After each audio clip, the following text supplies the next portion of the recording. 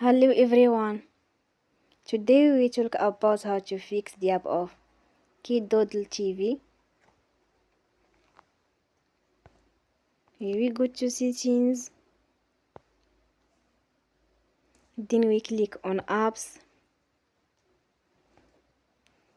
After that we will search the app KidooDleTv and we click. Then we will on Forcestop. After that we go to storage. Then we click on clear cache.